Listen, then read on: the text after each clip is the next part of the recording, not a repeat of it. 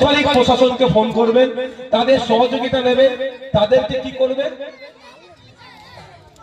সহযোগিতা করবেন।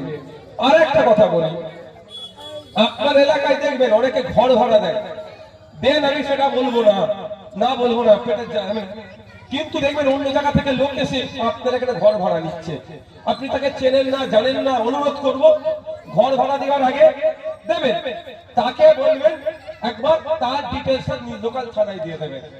আমাদের নিরাপত্তা দরকার। পশ্চিমবাংলার আজকে মুখ্যমন্ত্রী মমতা ব্যানার্জি আছে, কালকে আপনি হতে পারেন, কিন্তু পশ্চিমবাংলার ক্ষতি আমরা কেউ চাইবো কি? এটা আমার মাতৃভূমি, এই ভূমির ক্ষতি আমরা কেউ চাইবো? বদমাইশ লোক আসতে পারে, সে কি বলবে, আমি কলকাতা ৪২-এ ট্রিটমেন্ট করতে এসেছি, ওখানে অনেক ভাড়া, পরিবারটাকে নিয়ে এখানে একটু থাকবো। আপনার সাদা মনে কাদা নাই, যে ২০০০ টাকা মাসে ভাড়া ভাড়া থেকে ১ মাস থাকুক। ও বদমাইশ তো ভুল কাজ করতে পারে, ক্ষতি করে চলে যেতে পারে তো এলাকা। তো বদনাম কি শুধু মমতা ব্যানার্জির আকার হবে? আমি মনে করি রাজ্যের বদনাম হওয়া মানে আপনার আমার বদনাম হওয়া।